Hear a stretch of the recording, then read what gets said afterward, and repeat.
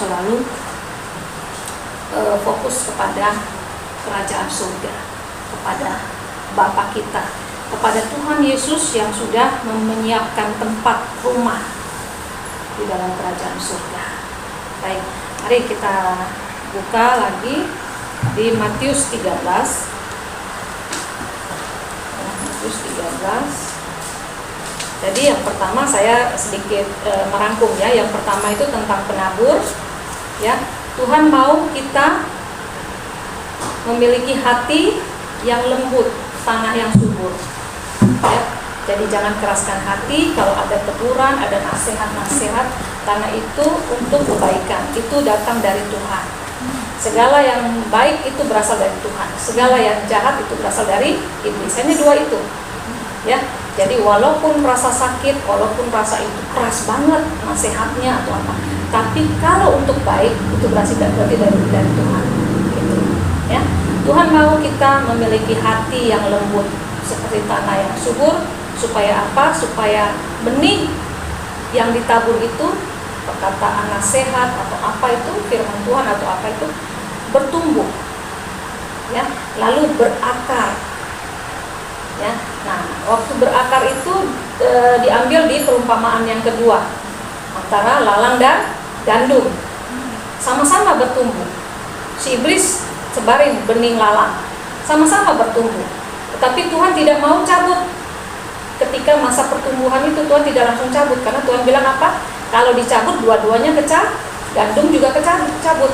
Biarkan, ditunggu sampai si gandum itu mempunyai akar yang kuat. Ketika sudah matang, sudah jadi pohon yang kuat, barulah si lalang itu dicabut ya. Jadi Tuhan mau kita menjadi tanah yang subur ya. Lalu kedua, berakar yang kuat ya, setia di dalam Tuhan. Sekalipun lalang itu iblis ya, Tuhan biarin. Nah, artinya sekalipun pencobaan itu datang dan terlihat seperti Tuhan tidak menolong ya. Tuhan mau seperti pasca pencobaan datang, seperti terlihatnya kayak nggak ada kerjaan yang lebih bagus apa, Tuhan nggak tolong, nggak pindahin gitu atau gimana ya. Tapi Tuhan biarkan supaya apa? Supaya kuat. Lalu perumpamaan yang ketiga kemarin tentang biji sesawi dan ragi ya. Tuhan mau kita berdampak, kita berguna ya. Jadi biji sesawi sekalipun kecil peranan kita, misalnya sebagai usher, penerima tamu ya, atau sebagai pengantar makanan seperti pasca gitu ya, atau sebagai apa, singer, atau sebagai lita misalnya beresin rumah, belum kerja misalnya ya, beresin rumah. Aminon juga seperti misalnya memberikan nasihat gitu ya.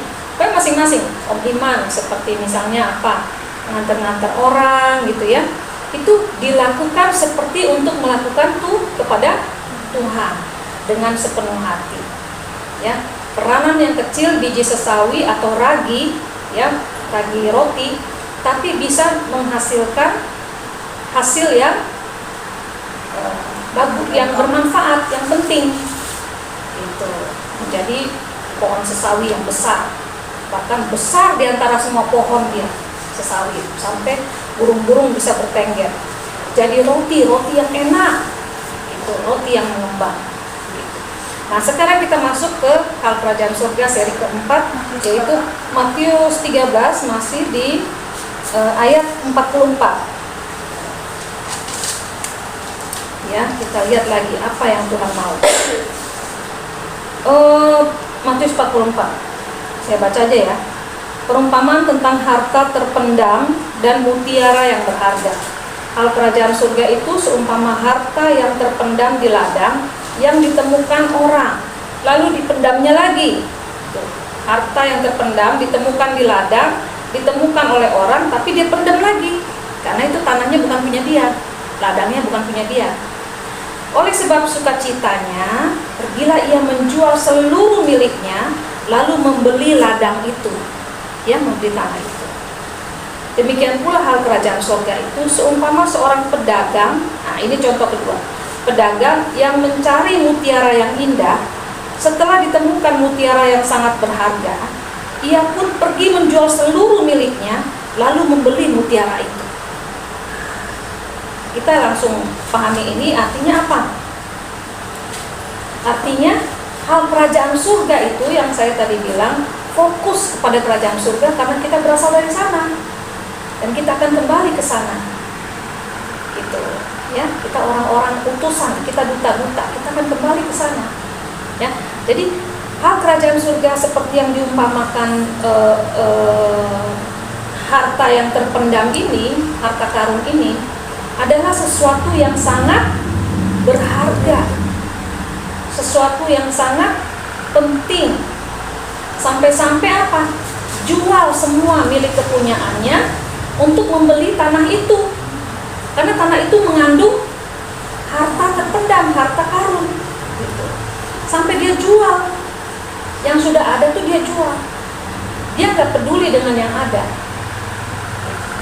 tapi dia mengejar harta yang terpendam ini.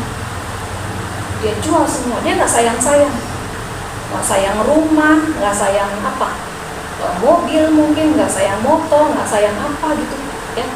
Dia jual. Untuk apa?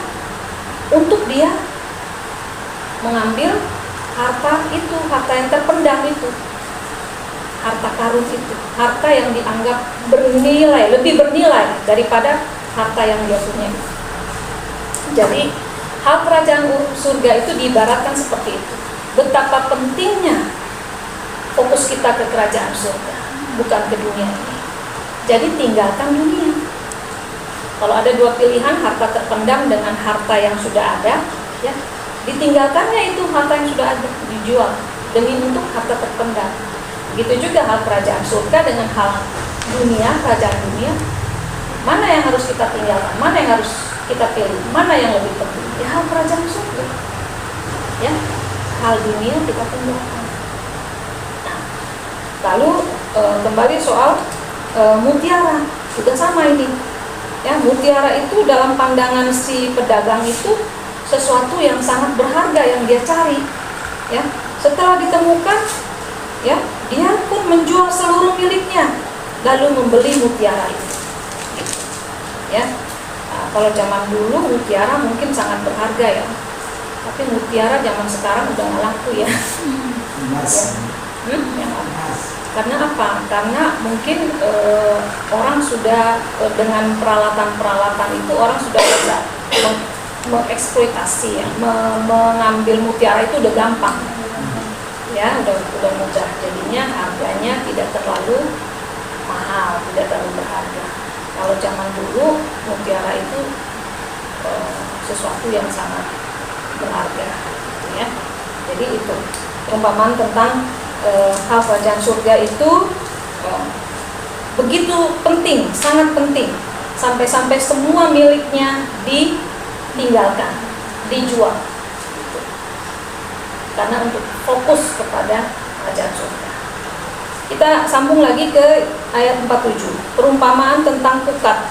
Pukat itu jaring untuk menangkap ikan.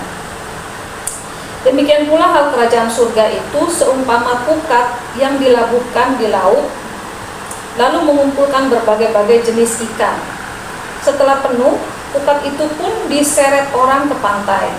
Lalu duduklah mereka dan mengumpulkan ikan yang baik ke dalam pasu, ya, ada satu tempat namanya pasu, dan ikan yang tidak baik mereka buang. Demikianlah juga pada akhir zaman. Nah, ini kata kunci di sini. Demikianlah juga pada akhir zaman, malaikat-malaikat akan datang, ya, lalu mencampakkan orang jahat ke dalam dapur api. Di sanalah akan terdapat ratapan dan kertakan gigi. Ya, sampai di sini ya, Tuhan pisahkan. Ya, jadi yang saya catat, ya, kerajaan surga juga itu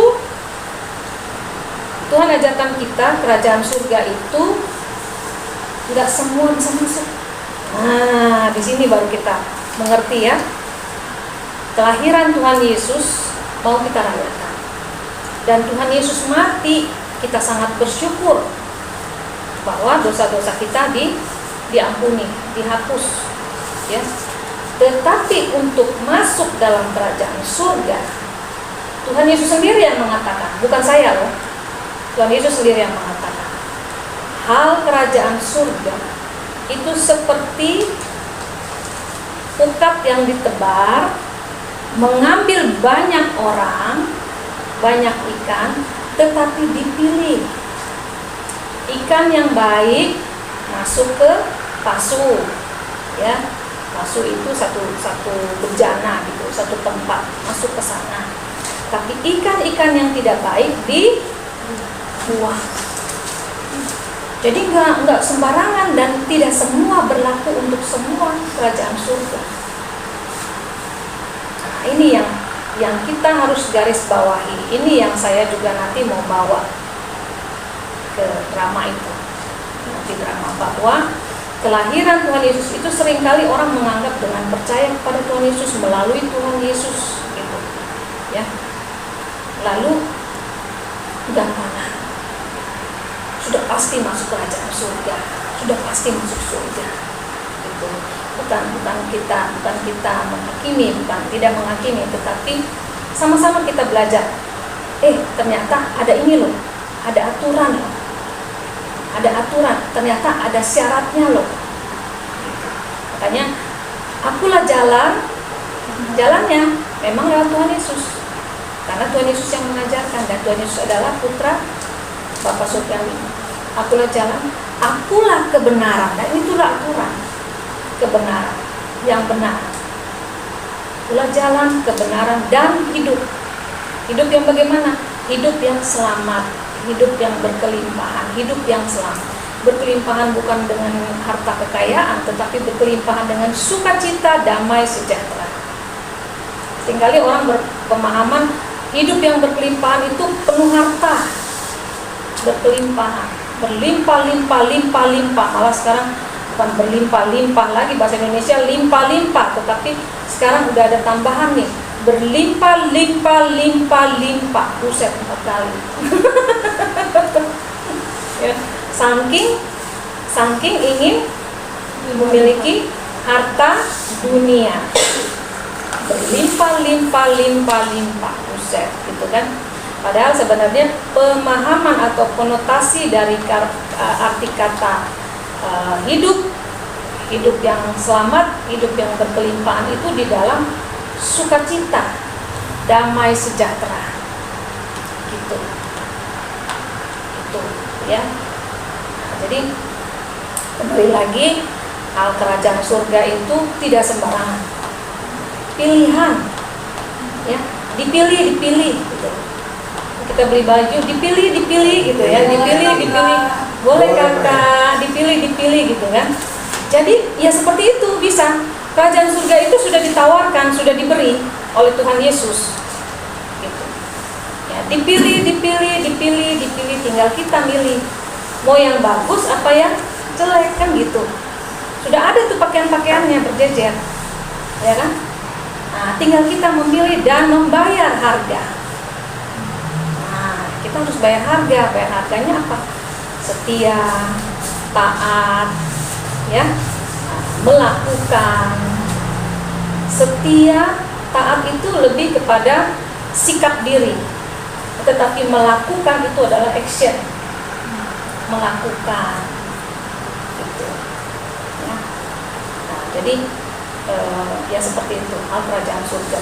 Dipilih loh. Nah, makanya kan Tuhan bilang apa? Banyak yang terpanggil, sedikit yang terpilih. Seperti itu. Ukat itu ditebar, banyak ikan, tetapi dipilih.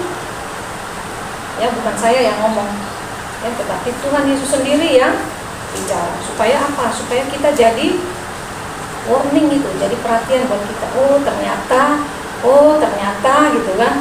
Wah, berarti saya harus, gitu. Berarti saya harus bagaimana gitu kan. Oke, lalu memisahkan orang jahat dan orang benar, lalu mencampakkan orang jahat ke dalam dapur api. Tuh, dapur api di sanalah akan terdapat ratapan dan kertakan gigi. Nah, ini ada kata-kata menjadi satu penekanan. Ya, Tuhan Yesus menekan kepada murid-muridnya dalam pengajarannya, yaitu ayat 51 dan 52. Mengertikah kamu semuanya itu? Perlukah Tuhan? Tuhan Yesus perlu mengatakan itu supaya apa? Supaya murid-murid mengerti betul bahwa kasihnya itu ya mahal. Itu kasihnya itu bukan murahan. Kasihnya itu sangat mahal. Jadi kasih Tuhan itu jangan dianggap murahan. Tidak. Murah kok, gampang kok, nanti kasih lagi. Enggak. Mahal. Jadi sangat berharga. Tuhan menuntut supaya kita menghormati anugerah kasih keselamatan itu. Ya. Mengertikah kamu semuanya itu? Mereka menjawab, ya, kami mengerti. Maka berkatalah Yesus kepada mereka, karena itu setiap ahli Taurat yang menerima pelajaran dari hal kerajaan surga itu seumpama tuan rumah yang mengeluarkan harta yang baru dan yang lama dari perbendaharaannya. Nah, di sini ngerti nggak? Saya ulangi ya. Karena itu, setiap ahli Taurat itu pada zaman dahulu itu mereka memperhatikan kitab-kitab tetapi tidak melakukan firman Tuhan. Ya. Ini Tuhan Yesus sedang menyinggung ahli Taurat. Ya. Ahli Taurat yang menerima pelajaran dari hal kerajaan surga itu seumpama tuan rumah. Ahli Taurat itu diibaratkan seperti tuan rumah, ya, yang mengeluarkan harta yang baru dia beli, ya, yang baru, dan yang lama dari perbendaharaannya. Artinya apa? Ahli Taurat mencampur. Kalau ahli Taurat dia mencampur harta yang baru dan yang lama dikeluarkannya. Paham nggak maksudnya? Jadi nggak ada pilih, tidak memilih. Itu pemahaman ahli Taurat. Tetapi kalau pemahaman yang diajarkan Tuhan Yesus ada pilihan. Paham nggak? Itu yang saya pahami. Seperti itu, ya. Tuhan pakai perumpamaan supaya orang yang tidak mengerti dibiarkan tidak mengerti. Orang yang malas berpikir dibiarkan tidak mengerti. Tuhan bilang apa? Yang memiliki mata tetapi tidak melihat, yang memiliki telinga sekalipun dia mendengar tetapi tidak mengerti. Nanti di pasal berikutnya ada perumpamaan tentang ada ajaran Tuhan Yesus juga tentang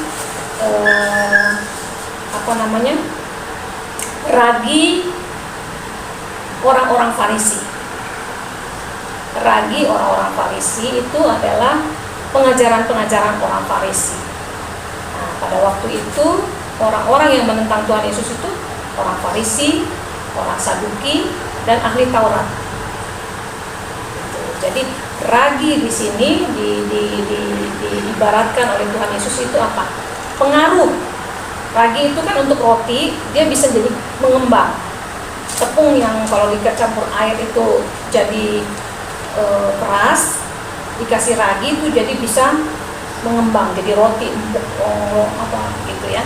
Nah, jadi ragi orang-orang Farisi itu artinya apa? Pengaruh atau ajaran-ajaran orang-orang Farisi. Nah, itu ada 3 kelompok. Ada 3 jadi satu kelompok yang melawan Tuhan Yesus. Itu orang-orang yang percaya kepada Tuhan loh. Ya, bukan orang-orang bukan orang-orang penyembah dewa-dewa, bukan. Tapi orang yang percaya kepada Tuhan justru yang melawan Tuhan Yesus, yang mengusir Tuhan Yesus, yang menghina, yang mengolok-olok, yang memfitnah Tuhan Yesus. Ya, jadi sama seperti Tuhan Yesus juga katakan bahwa musuh kita itu bukan orang jauh, orang luar, tapi orang-orang sesama kita justru. Itu bukan hanya terjadi sekarang-sekarang ini, tapi sejak zaman nabi-nabi, sejak zaman Tuhan Yesus sendiri sudah terjadi penolakan. Gitu. Jadi sekarang ini ya mulai muncul lagi tuh aliran atau paham hyper grace. Hyper grace itu anugerah yang berlebih ya. Hyper itu berlebih, grace itu anugerah. Anugerah yang berlebihan. Anugerah yang dipandang itu secara berlebihan, seolah-olah tidak ada batasan, seolah-olah tidak ada aturan, begitu. Yaitu itu tadi, seolah-olah dengan percaya kepada Tuhan Yesus selamat, seolah-olah dengan menjadi Kristen itu sudah pasti masuk surga, gitu. Ya, makanya saya mengajak di tahun ini perayaan Natal kita itu, kita mengenal pribadi Tuhan Yesus seperti apa sih, ajaran Tuhan Yesus itu seperti apa sih, ya. Memang dia sudah mati di kayu salib menebus dosa kita. Dosa siapa? Dosa orang-orang Israel zaman dulu. Iya kan? Dosa siapa? Dosa orang-orang Israel zaman dulu. Orang yang membunuh Tuhan Yesus zaman dulu. Yang sekarang ini dengan percaya kepada Tuhan Yesus, ya dan amin, itu betul. Makanya darah Tuhan Yesus kita minta, sucikan, kuduskan kita selalu. Itu yang membuat kita bersih. Pengampunan itu dengan bicara sama Tuhan Yesus, darahmu Tuhan sucikan dan kuduskan aku. Di alam roh, secara spiritual, bukan lagi secara nyata, karena kita sudah hidup di zaman sekarang, beda dengan zaman Tuhan Yesus. Tetapi di alam roh kita yakini dan percaya bahwa darah Tuhan Yesus itulah yang menyucikan kita. Makanya Tuhan bilang jadilah suci, jadilah kudus. Bukan dengan kita mengusahakan jadi kudus, tetapi dengan darah Tuhan Yesus. Itu yang menjadikan kita suci, kudus. Gitu. Ya, darah Tuhan Yesus di dalam roh, secara spiritual. Di dalam roh. Ya, Tuhan Yesus sucikan dan kuduskan aku setiap hari, seperti doa Bapa kami, setiap hari minta pengampunan dan lepaskan pengampunan juga. Lalu menjadi sempurnanya bagaimana? Melakukan firman Tuhan, jadi sempurna. Itu yang menjadikan, bukan berarti sempurna yang ukuran manusia, ukuran Tuhan sempurnanya. Ketika kita mau melakukan, ya, melakukan sekalipun kecil, itu peranan yang kecil, biji sesawi, tetapi jadi sempurna. Karena apa? Karena kita sudah melakukan saja sudah jadi sempurna. Karena apa? Karena ukurannya bukan dalam pandangan manusia, ukurannya pandangan Tuhan. Seperti itu yang Tuhan mau. Jadilah sempurna. Jadilah sempurna itu bukan sempurna seperti Tuhan, tapi perintah itu harus, karena Tuhan bilang jadilah sempurna karena aku sempurna. Gitu. Lalu bagaimana Tuhan aku jadi sempurna? Ya biar itu urusan Tuhan, penilaian Tuhan. Yang penting kita melakukan. Yang penting kita melakukan. Seperti biji sesawi, sekalipun kecil peranan kita, ya, tapi kita mau melakukan. Itulah sempurna. Gitu. Dipaham ya? Kalau Bapa di dunia tahu berbuat baik untuk anaknya, lebih lagi Bapa di surga. Kalau guru tahu memberi nilai A bagi muridnya sekalipun salah, apalagi Bapa di surga. Artinya lakukan saja. Menjadi pelaku-pelaku. Lakukan saja. Penilaian kesempurnaan itu Bapa yang menilai. Lalu menjadi suci dan kudus bagaimana? Minta pengampunan dari Tuhan, darah Tuhan Yesus. Itulah kita sudah suci, sudah kudus. Oh enggak, lu masih berdosa. Saya sudah minta pengampunan. Artinya sudah bersih dong. sudah dosanya sudah dinolkan kembali menjadi baru lagi, sudah bersih. Tapi kalau dia lakukan lagi, nah itu berarti ada lagi dosanya. Tapi kalau dia minta pengampunan, ya bersih dong. Yang lama itu sudah berlalu. Kalau yang lama kita masih bilang dia berdosa yang lama-lama itu, berarti kita tidak mempercayai bahwa pengampunan di dalam Tuhan Yesus dan darah Tuhan Yesus menyucikan itu tidak berlaku dong. Paham nggak maksud saya? Jadi kalau kita sudah berdoa minta pengampunan dengan kuasa darah Tuhan Yesus, artinya orang itu sudah suci, sudah bersih. Tinggal dia melakukan kehendak Bapa, dan kesempurnaan itu milik Bapa. Bapa yang akan memberikan penilaian. Oke.